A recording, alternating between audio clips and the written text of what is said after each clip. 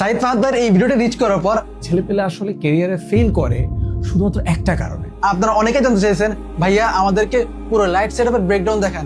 So চলেন আমরা প্রত্যেকটা লাইটকে ব্রেকডাউন করে দেখাবো। যেহেতু সাইদ ফাহাদ ভাই ভিডিওটা ছিল মেন্টরশিপ নিয়ে, না, তার স্কিল কম অথবা তার কমিউনিকেশন স্কিল খারাপ অথবা খুব রাগী, এমন কোনো কারণ না। একটা জিনিস, মেন্টরশিপ।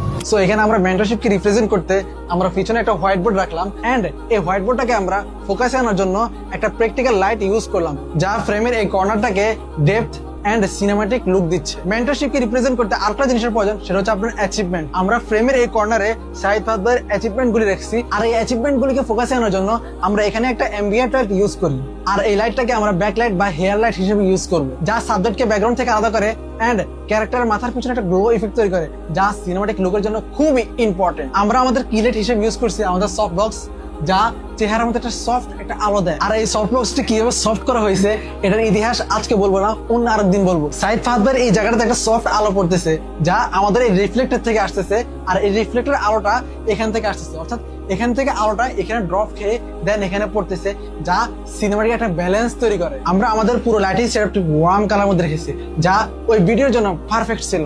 সো আপনি যদি আপনার বিজনেস প্রমোশনের জন্য এমন লাইটিং সেটআপ চান, তাহলে আমাদের নিচে দেওয়া নাম্বারে আজই যোগাযোগ করুন। সো দেখা হচ্ছে তাহলে শুটে। এন্ড আপনারা যদি এমন সাইকোলজি ভিত্তিক সিনেমাটিক লাইটিং ব্রেকডাউন ভিডিও দেখতে চান, ফলো আওয়ার ভিজুয়াল সেন্টার।